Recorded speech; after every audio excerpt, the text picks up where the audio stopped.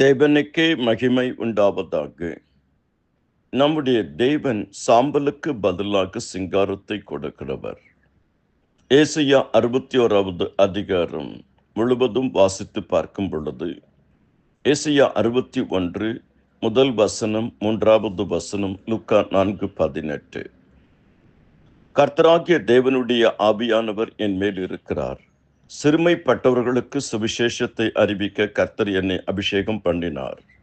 சியோனிலே துயரப்பட்டவர்களை சீர்படுத்தவும், அவர்களுக்கு சாம்பலுக்கு பதிலாக சிங்காரத்தையும், துயரத்துக்கு பதிலாக ஆனந்த தைலத்தையும், ஒடுங்கின ஆவிக்கு பதிலாக துதியின் உடையும் கொடுக்கவும் என்னை அனுப்பினார். கர்த்தருக்குள் அருமையானவர்களே, கர்த்தர் சாம்பலுக்கு பதிலாக சிங்காரத்தை கொடுக்கிறவர். கர்த்தருக்குள் அருமையான தேவச்சனமே, இந்த நல்ல நாட்களிலே, இந்த உபவாச நாட்களிலே, தவ காலங்களிலே நாம் ஆண்டவர் பாதத்தில் உட்கார்ந்து அதிகமாக நாம் ஜெபிக்க வேண்டும், வேதம் வாசிக்க வேண்டும். கூடுமானால் உபவாசித்து ஜெபியுங்கள், கர்த்தர் உங்களை ஆசீர்வதிப்பார்.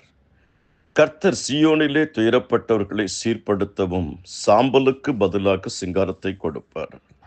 வேதம் அவ்வாறு சொல்லுகிறது.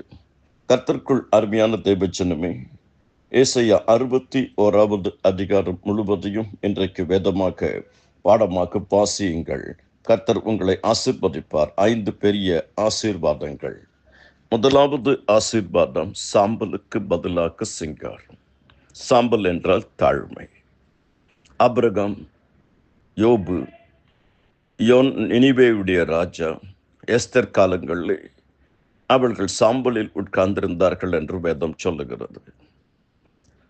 சாம்பல் என்றால் தன்னைத்தான் தாழ்த்தி எளிமையாக தன்னுடைய பாவங்கள், குறைகள், குற்றங்கள், அக்கிரமங்களுக்காக தேவனிடத்தில் அறிக்கையிட்டு மன்னிப்பை பெற்றுக்கொள்ளும் பொழுது, தன் பாவங்களை மறைக்கிறவன் வாழ்வடைய மாட்டான், அறிக்கை செய்து விட்டு விடுவனோ இரக்கம் பெறுவான்.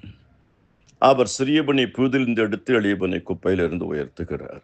சாம்பலுக்கு பதிலாக சிங்காரம், அதாவது உயர்வையும் ஆபரணத்தையும் அலங்காரத்தையும் கொடுக்க வல்லவர். துயரத்துக்கு பதிலாக ஆனந்த தைலத்தை கொடுக்கிறவர். அதாவது உங்கள் துக்கம் சந்தோஷமாய் மாறும், உன் துக்க நாட்கள் முடிந்து போகும். துயரப்படுகிறவர்கள் பாக்கியவான்கள் ஆறுதல் அடைவார்கள். ஒடுங்கின ஆவிக்கு பதிலாக துதியின் ஆடை கொடுப்பார். ஒடுங்கின ஆவி என்றால் சோர்வு, சோம்பல். பல காரியங்களில் நாம் சோர்ந்து போகலாம், சோர்வோடு கூட இருக்கலாம். பல நாட்கள், பல வருஷங்கள் ஜபித்து எனக்கு ஒன்று நடக்கலையே, இது இப்படி இருக்கே அப்படி இருக்கே என்று சொல்லி சோர்ந்து போயிருக்கலாம். கர்த்தர் நிச்சயம் உனக்கு ஒடுங்கின ஆவிக்கு பதிலாக துதியின் உடையை கொடுக்க வல்லவர். விழுகிற யாவரையும் தாங்கி மடங்கடிக்கப்பட்ட யாவரையும் கர்த்தர் தூக்கி விடுகிறார். சோர்ந்து போகிறவனுக்கு அவர் பலன் கொடுத்து, சத்துவம் இல்லாதவனுக்கு சத்துவத்தை பெருக பண்ணுவார். உங்கள் வெட்கத்துக்கு பதிலாக இரட்டத்தனையான பலன் வரும்.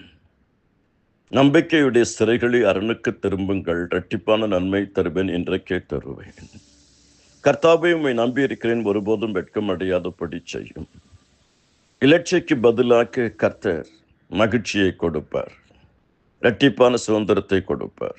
கர்த்தருக்குள் அருமையானவர்களே, ஏசாயா 61வது அதிகாரம் 1 முதல் 11 வரை வசனங்களை வேதப்பாடமாக வாசியுங்கள். கர்த்தர் உங்களை அபரிமிதமாக ஆசீர்வதிப்பார். ஆமென்.